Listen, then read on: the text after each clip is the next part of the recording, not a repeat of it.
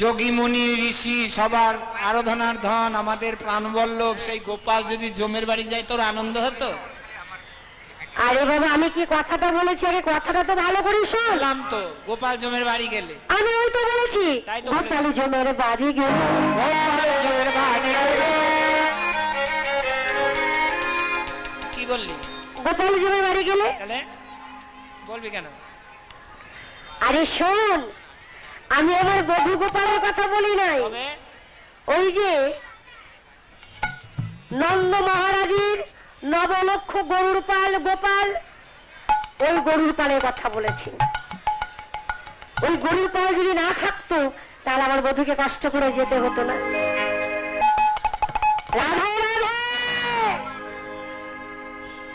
রাধা রানী বললেন, সখী চল একবার গিয়ে দেখে আসি। ললিতা বলছে, এই পোড়ামুখী, তুই কি জানিস না তুই যে ঘরে বসত করিস এই ঘর ভালো নয়।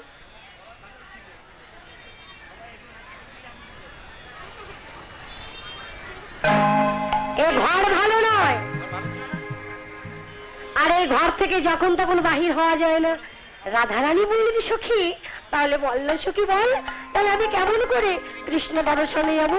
কে আমাকে উপায় করে দেবে? মনে মনে বদনে বলছে কে আমাকে উপায় করে দেবে, আর মনে মনে ভাবছে তুলসী যদি আমার কাছে থাকতো। ভাবতে না ভাবতে গবাক্ষে দাঁড়িয়ে দেখলেন তুলসী চলে যাচ্ছে, পিছন থেকে ডাকলেন, তুলসী ও তুলসী, দাঁড়া সখী দাঁড়া। আহা, শাস্ত্রে কি বললেন? কৃষ্ণ প্রাপ্তির উপায় বহুবিধ হয়। এই যে বিশ্ব ব্রহ্মাণ্ডে যত মানুষ আছে সবাই তো আর কৃষ্ণ পূজা করে না। কে করে? কেউ কৃষ্ণ পূজা করে, কেউ কালী পূজা করে, কেউ শিব পূজা করে, কেউ দুর্গা পূজা করে।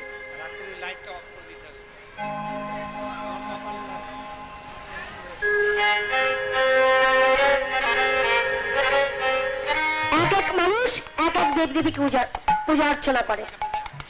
যেমন ওই যে বলেন কৃষ্ণ প্রাপ্তির উপায় বহুবিধ হয়, এই যে আমার কণ্ঠে একটা মালা পরিয়ে দিয়েছে, এখানে এক প্রকারের মালা ফুল আছে। এই মালার মধ্যে এমন এমন মালা তৈরি করা হয় যার মধ্যে হাজার হাজার লক্ষ লক্ষ প্রকৃতির ফুল দিয়ে একটা মালা তৈরি করা যায়। বৈষ্ণব মহাজন বললেন, শোনো, এই মালার মধ্যে যত রকমের ফুলই থাক না কেন, মালার সুতো কিন্তু একটা। তা তুমি যত দেবদেবীর পূজা অর্চনাই করো না কেন, সকলের দেবতার সার আমার গোবিন্দের এই রাঙা চরণ। তাই গৌর হরি।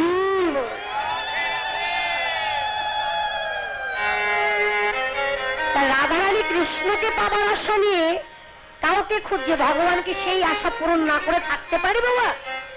তা তুলসীকে ডাকছে, তুলসী তাড়াতাড়ি করে এসেছে। তুলসীকে কাছে বসিয়ে নিয়ে বলছে, বল কি হয়েছে?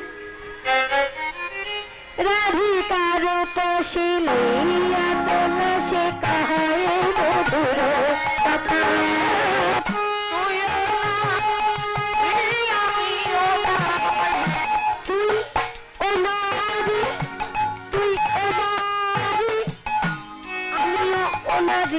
ঝগড়া বাঁধানোর তাল আর কি? তুই যার আমিও তাল, জীব নিত্য কৃষ্ণদাস, জীব নিত্য কৃষ্ণদাস, আমি যেন মজায় থাকে, কারণ তুই যার আমিও তাল। এই কথাটা যদি একবারের জন্য আমি বলতে পারতাম, বা আমার মতো যারা আছে তারা বলতে পারত, যে হে গোবিন্দ, এই পরম দয়াল, এই করুণার সিন্ধু, এই জগতে তুমি ছাড়া আমার আর কেউ নাই।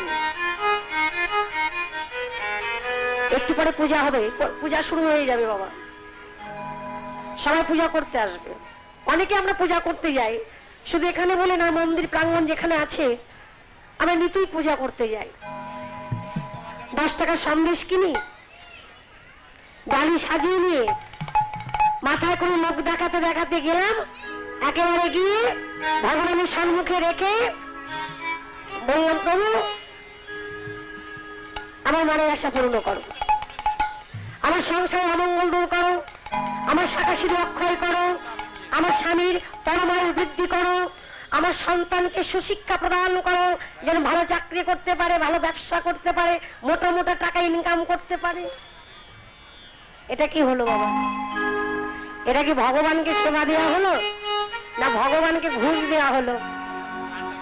যে প্রভু তুমি 10 টাকার সন্দেশ খাও আর লাখ টাকার সম্পত্তি আমায় দাও। যারা বুদ্ধিমান ভক্ত তারা কি বলবে? প্রভু আমায় কিছু দিতে হবে না, সবই তো তুমি আমায় দিয়েছো, আমি আর কিছু চাই না, শুধু একটা বস্তু চাই, সেই বস্তুটি হচ্ছে আমায় কিছু না দিয়ে তুমি ভালো থেকো, তুমি ভালো থেকো।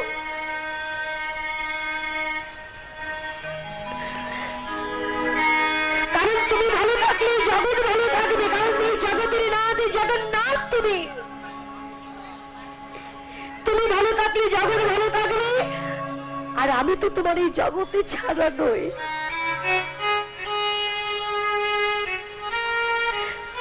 এই কথাটা কেন বুঝতে পারি না যে গোবিন্দ ছাড়া আমাদের আর আপনি কেউ নাই।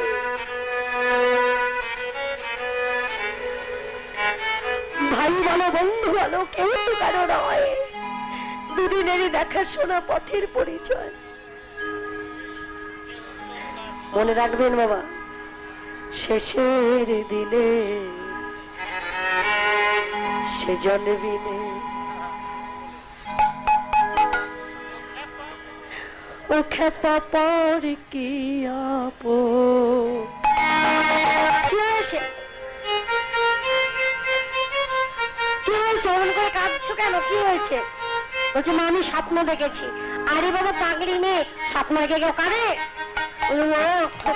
আমি স্বপ্ন দেখলাম এক দিব্য জ্যোতি পুরুষ আমার শেয়ারের সম্মুখে দাঁড়িয়ে বলছে, রাধে তোর শাশুড়ি নদীর পাপে তোর সংসার করে ছাই হবে, তোর স্বামীর মৃত্যু।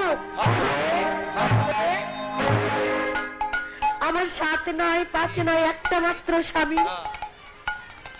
তোরা আমাকে কথা শোনো, মানুষের কি 7টা 5টা স্বামী হয় নাকি? স্বামী তো একটাই হয় রে। রাধে রাধে রাধে, স্বামী একটাই হয়।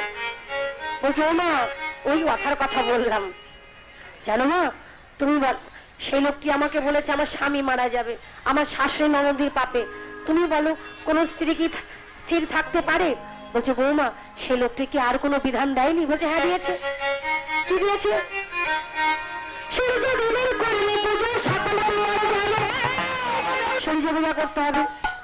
তা তুলসী পাশে দাঁড়িয়ে দাঁড়িয়ে ভাবছে কি করে পূজাটা পরিপূর্ণ করা যায়। এমন সময় জটিলা বলে উঠেছে, ও মা আমি তো কখনোই পূজা করি নাই, তোমার এই সূর্য পূজা কি কি লাগে তাও তো আমি জানি না। তুলসী বলছে আমি জানি আমি জানি আমি জানি, আমি বলে দিই 5 রকমের ফল। 5 রকমের ফল, কমলা, আপেল, লেবু, মাটা, পিয়ারা আর একটা মালটা। মালটা তাহলে ওটা নেব না। না ওই আমার কার বউ কি 5 রকমের মিষ্টি, সভাপতি খালি একা। ক্ষীরের নাড়ু, নারকেল নাড়ু, তিলের নাড়ু, মুড়ির মোয়া, খোয়ের মোয়া। খোয়ের খোয়া। মুড়ি দিয়ে গুড় দিয়ে মাখলে কি বলে? আমার কথা শোনেন, মুড়ি দিয়ে গুড় দিয়ে মাখলে কি বলে? ওটা মুয়া। তাহলে খই দিয়ে মাখলে কি বলে?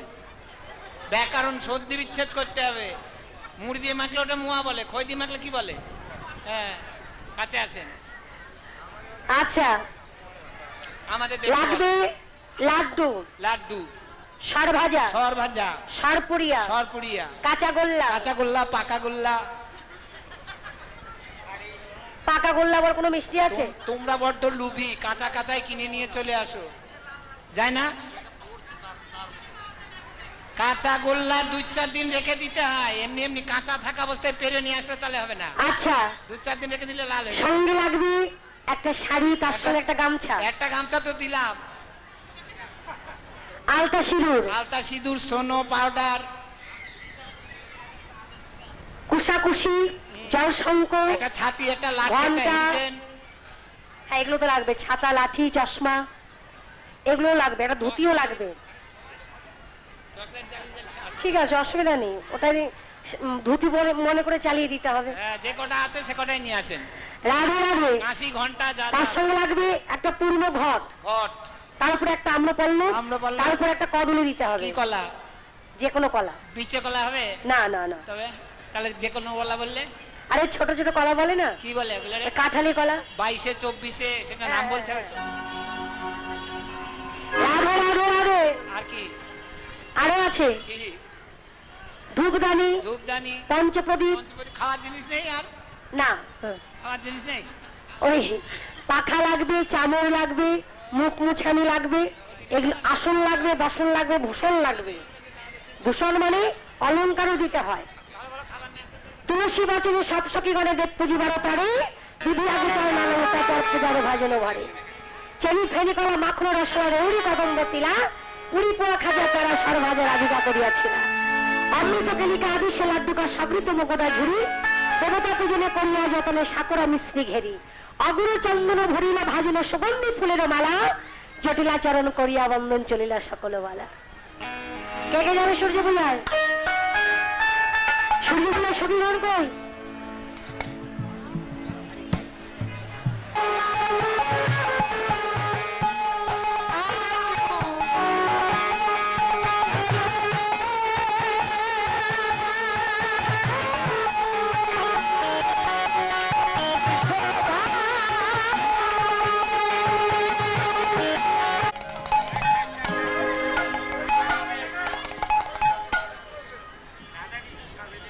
এখন আমি পূজায় বসে পড়বো। সকল সখীগণ সূর্য মন্দিরে চলেছে, সঙ্গে এসেছে কুঠিলা। কুড়িলা বলছে আমিও যাবো তোমাদের সঙ্গে পূজা দেখতে। এবার সেই কুড়িলাকে তাড়াবার জন্য গভীর বনে প্রবেশ করে সকল সখীগণ বললেন, এই বনে এক দৈত্য আছে, ঠ্যাঙে গলায় তালে গেছে। গোবিন্দ রঙের পদ্মবন্ধ সহ্য করতে না পেরে কুড়িলা পিছন থেকে এক দৌড়ে চলে গেলেন। সকলে কুসুমিত কুঞ্জ কল্পতর কারণ অমন্যময় মণ্ডপ মাঝ, আইরা কলাবতী সখী জন সংহতি করে লয়ে পূজন সাজ। ভানু ভবনে ধরে রাখল সারি সারি রতন প্রদীপ মনোহর। সকলে এসে বলে ঘরে ব্রাহ্মণ কোথায় পাবো? বলছি ব্রাহ্মণ নিকটেই আছে। আচ্ছা শাড়ি, কমিটি শাড়ি কোনটা সেটা থেকে নিয়ে এসো। আর পূজার দক্ষিণা সবাইকে দিতে হবে। দক্ষিণা কম দেবেন, পূজা কিন্তু কম হবে। দক্ষিণা ভালো দেবেন, কারণ সাজা ব্রাহ্মণ তো, পূজা ভালোই হবে। হরে কৃষ্ণ। আমার এই ভাইকে পাঠিয়ে দিচ্ছি, আপনারা শুধু কয়েন দেবেন না, কারণ আমি কাল বাদে পরশুদিন বর্ডার পার করব, বর্ডারে নিতে চাই না। রাধে রাধে। আচ্ছা হয়ে গেলে দিয়ে যাব। হরে কৃষ্ণ। আপনারা যে যেমন পারবেন দক্ষিণাটা কিন্তু ঠিকঠাক ভাবে দিয়ে দেবেন, কেমন? এবার সকল সখীগণ বললেন, ব্রাহ্মণ তুলসী বলছে আমি এক্ষুনি যাচ্ছি। ছুটতে ছুটতে গেলেন রাধাকুণ্ডের তীরে, গিয়ে দেখছি সামনে বড় বটু বসে আছে। ও ভাই বটু, ও ভাই বটু, বাড়ি নেই, একটা পূজা করে দিবি?